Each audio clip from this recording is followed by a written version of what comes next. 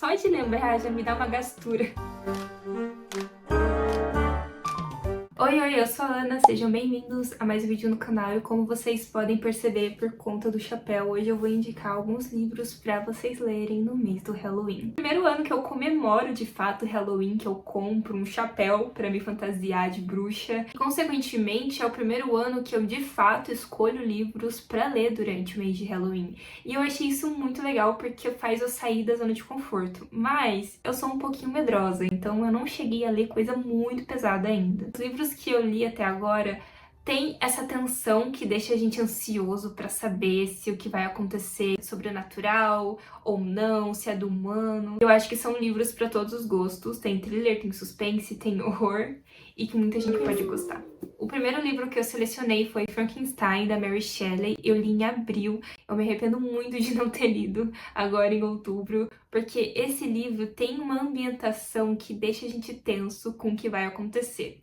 Esse livro não me deu medo, mas me deu certo calafrio por achar que a criatura ia fazer alguma coisa a qualquer momento. Esse livro vai contar a história do Victor Frankenstein, que decide criar um bicho a partir de restos humanos. Só que claramente ele decide transgredir a natureza humana e isso não dá muito certo. Ele acaba abandonando essa criatura, só que o ato do Victor Frankenstein tem consequências. E a criatura começa a ir em busca dos seus direitos ali. E a gente vai acompanhar todo o desenrolar disso. Eu achei esse livro muito interessante porque ele discute sobre os limites da ciência e também, de uma forma muito sutil, ele discute sobre o luto, sobre o quanto um luto não bem resolvido pode ter consequências gravíssimas.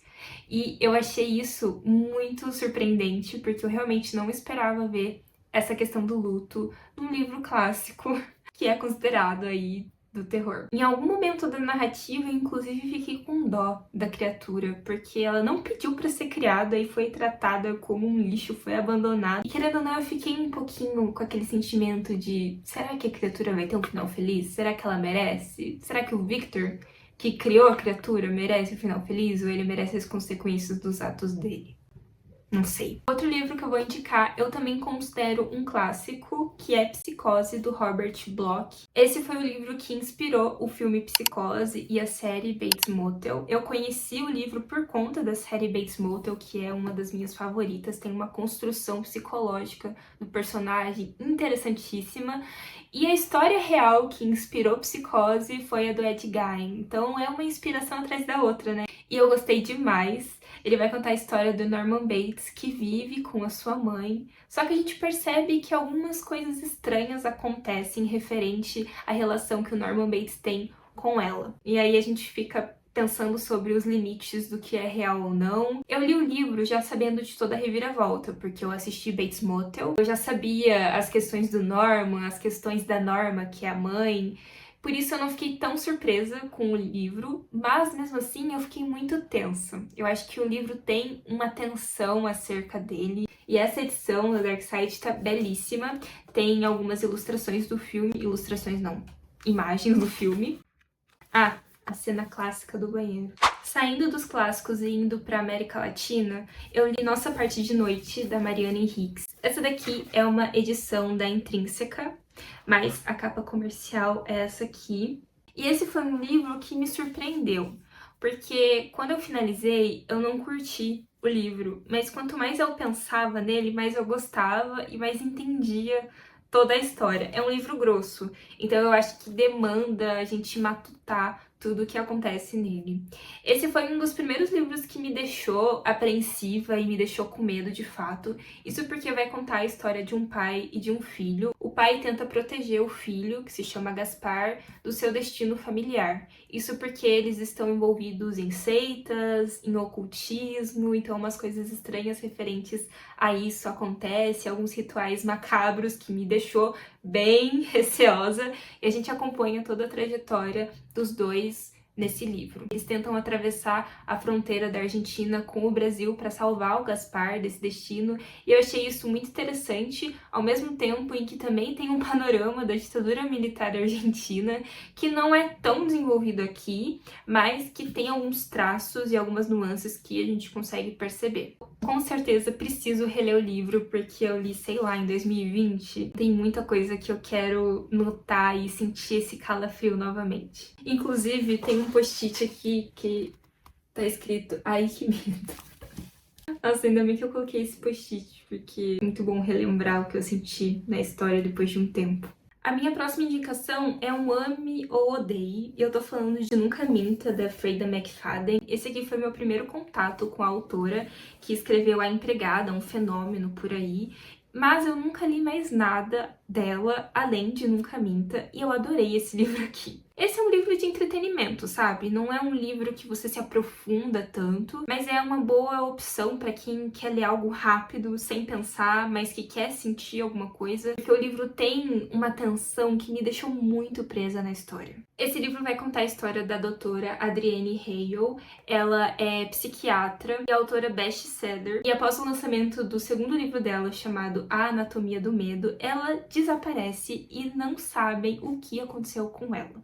A casa dela continua lá, meio abandonada, mas tá lá. Até que um dia um casal decide procurar casas pra morar. E eles têm a brilhante ideia de ir até a casa da Adrienne Hale pra ver como que é a casa, porque eles se interessaram.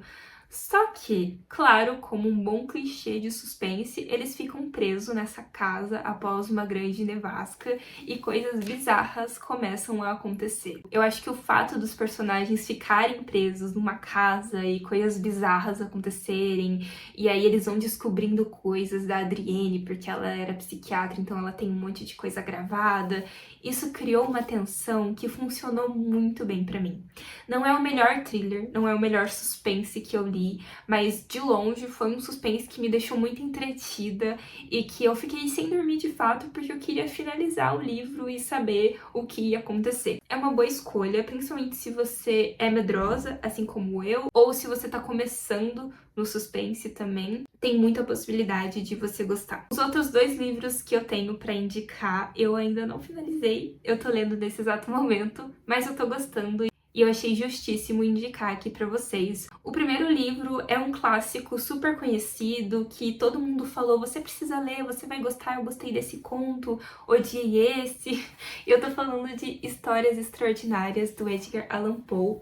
Esse é o meu primeiro contato verdadeiro com o autor, porque eu só tinha lido um poema no ensino fundamental e nada mais, então eu comecei a leitura de olhos fechados e coração aberto mesmo, para entender o porquê que muita gente gosta do Edgar Allan Poe. Esse aqui é um livro de contos, ele tem 14 contos, faltam acho que uns 4 para eu finalizar. Como eu tô no finalzinho, eu já consigo dar a minha opinião final, que é: os contos são muito envolventes. Claro, tem uns que eu gosto mais que outros, eu acho que isso pra mim é unânime dentro de um livro de contos, eu sempre vou gostar mais que outros. A escrita do Poe é muito envolvente, é muito fluida também, e acima de qualquer outra coisa, eu achei os contos criativos. Inclusive, vários autores que a gente conhece, extremamente renomados por aí, se inspiraram nas obras do Poe. Eu achei muito incrível ver essas semelhanças e essas particularidades, e eu não vejo a hora de finalizar o livro, mas eu também tô com o coração partido de finalizar, porque eu tô adorando ficar meio tensa com os contos. Eu acabei de ler um conto, inclusive, que se chama O Gato Preto. Ai, só de lembrar já me dá uma gastura. Porque sim, vai ter violência, né? E é muito difícil ler o que acontece. O personagem, ele é meio a bumbé das ideias.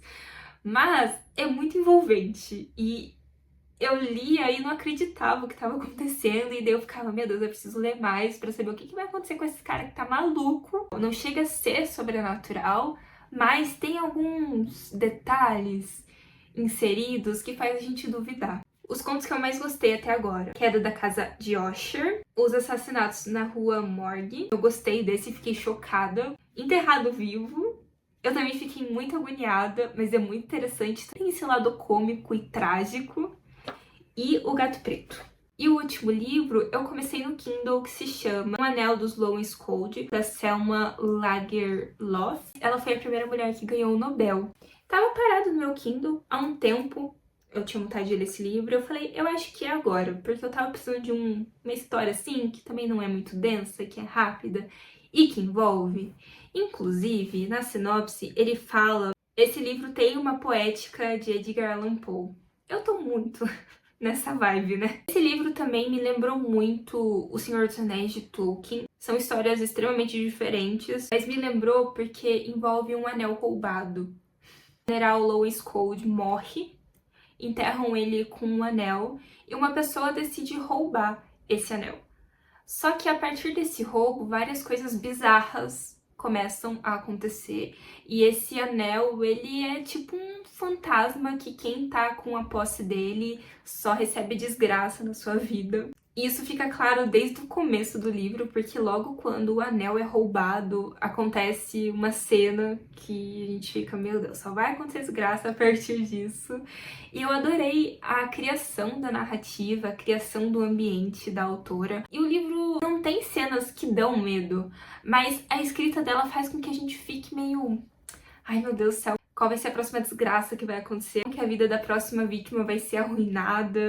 E eu tô achando muito interessante, eu tô me divertindo com esse livro. É um mistério que, de fato, tem muito mistério, mas também tem uma leveza que faz a gente se divertir lendo. E eu espero que cada vez mais pessoas leiam essa história, porque eu acho que ele foi meio esquecido. Eu não sei se tem alguma editora que publica o livro. Eu nem sei que editora que é esse e-book, eu sei lá, baixei em 2019, por aí, faz muito tempo.